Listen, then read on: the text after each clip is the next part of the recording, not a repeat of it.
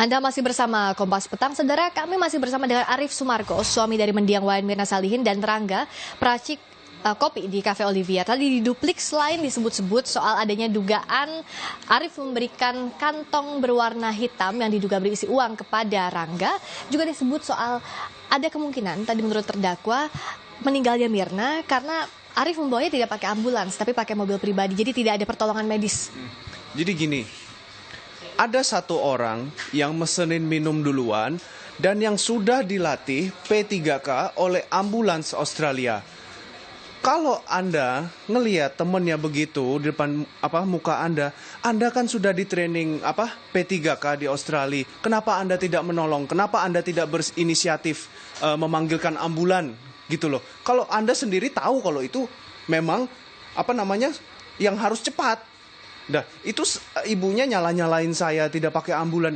Ibu coba panggil sendiri ambulans di GI jam 5.30. Coba panggil sendiri, berapa jam dia nyampe?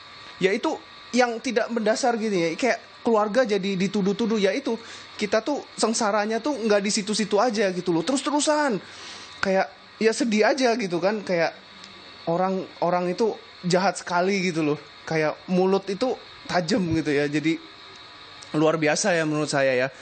Terus juga kalau memang dia tahu Mirna kejang-kejang, kenapa nggak ditolong? Kenapa lu diem aja?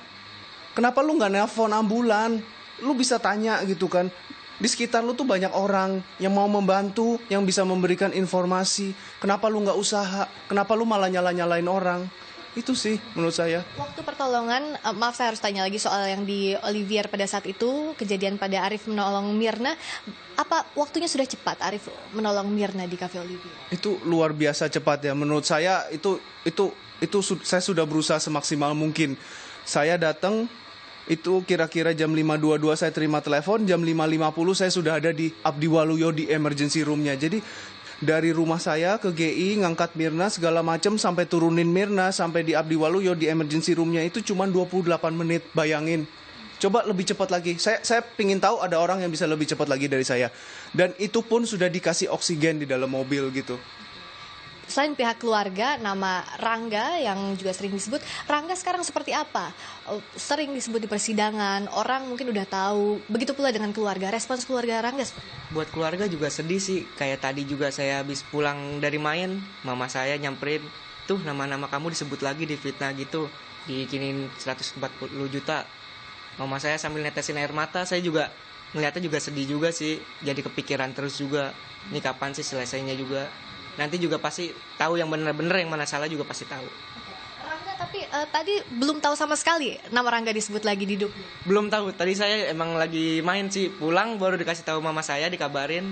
Saya juga lagi langsung kepikiran, langsung sedih sih ngeliat mama saya juga netesin air mata ngeliatin sidang. Hari ini Rangga libur ya? Tidak. Saya libur.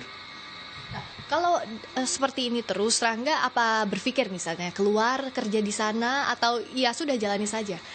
Kalau saya sendiri ya udah jalanin aja, juga nanti tahu toh yang mana yang benar yang mana juga salah. Sekarang kita bicara soal langkah ke depan. Sudah di Polda Metro Jaya, tadi sudah konsultasi, kan masih menimbang-nimbang apakah akan melaporkan atau tidak. Tapi kalau dari keluarga responsnya seperti apa sih? Apa ada yang menyarankan melaporkan atau seperti apa? Ya keluarga pasti tidak terima dong ya, apalagi nama saya difitnah terus, bahkan bukan sekali, berkali-kali. Itu kan suatu pencemaran nama baik gitu. Dan ya itu waktu nama saya disebut lagi di sidang itu ya semuanya nelfonin saya, gimana itu, udah hajar aja habisin, udah tenang dulu gitu loh. Kita pakai akal sehat, nanti kalau memang itu kedepannya pasti akan kita ambil langkah. Siapa saja yang disayangkan keluarga, misalnya terkesan mendesak keluarga? Kalau dari keluarga melihatnya siapa saja yang terkesannya menyudutkan keluarga? Ya terlihat lah, kita nggak perlu ngomong siapa ya, dari situ kan bisa terlihat ya, pasti penasehat hukumnya, pasti ya orang tuanya terdakwa, apalagi terdakwanya kan gitu kan, apalagi ya itu saya sampai bingung gitu loh. Ini saya udah kehilangan orang yang saya sangat cintai, tapi di situ tidak habis juga gitu, kayak udah difitnahin terus, dituduh yang enggak, apalagi disudutkan terus gitu. Gimana perasaan saya gitu? Jelang vonis yang minggu depan menurut rencana, Apa harapan Rangga juga Arif? Saya ke Rangga dulu. Rangga orang di luar keluarga, orang di luar pihak berperkara ya. Apa yang Rangga lihat dari kasus ini? Saya berharap sih hukuman maksimal pada hakim juga. Tapi Rangga merasa hidup Rangga saat ini menjadi berubah atau tidak dengan kasus ini? Berubah lebih baik atau buruk misalnya? Kalau berubah sih enggak, cuma was-was aja. Kalau setiap kita bikin kopi juga, jadi was-was sendiri, jadi takut sendiri aja. Takut kayak gini lagi. Apa ada pesan dari ibu, dari keluarga melihat Rangga saat ini terbawa dalam kasus ini?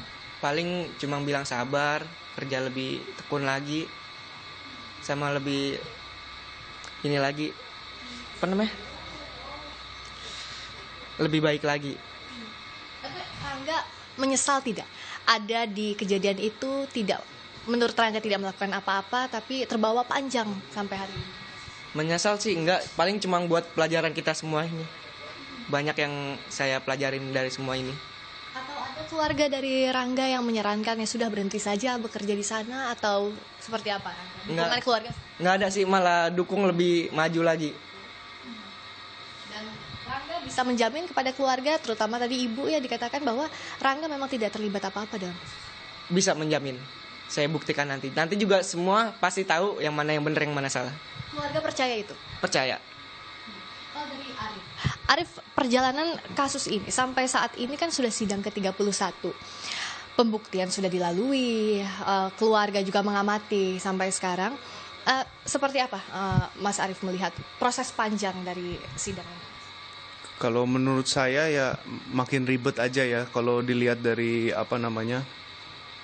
pihak sana tuh seperti membuat ini pelintir-pelintir gitu loh. Orang ini ada faktanya udah jelas gitu. Ini kan fakta tidak terbantahkan.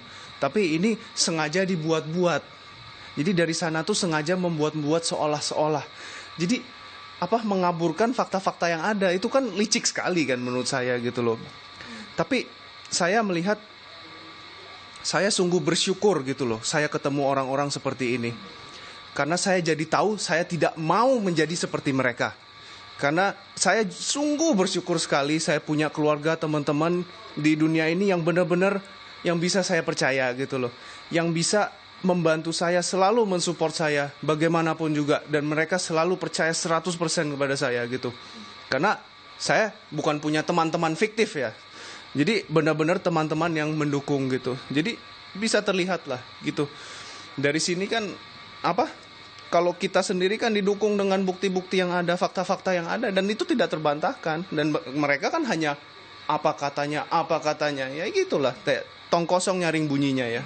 Arif yakin akan tegar sampai nanti vonis dan juga keyakinan hakim nanti akan memutus yang seadil-adil? Saya yakin sekali, 100%. Terima kasih banyak Arif Sumarko, suami dari mendiang Wayan Mirna. Terima kasih Arif. Makasih juga Rangga sudah bersedia di Kompas TV. Rangga, pegawai Cafe Olivier yang jarang ya kita lihat beberapa waktu ini, tapi hari ini kita bisa bertemu. Terima kasih banyak Rangga, terima kasih banyak Arif. Itu tadi pernyataan dari Arif Sumarko dan juga Rangga yang membantah duplik atau jawaban atas replik jaksa penuntut umum yang tadi dibacakan oleh pihak terdakwa Jessica Kumala Wongso dan juga tim penasihat hukum dari terdakwa.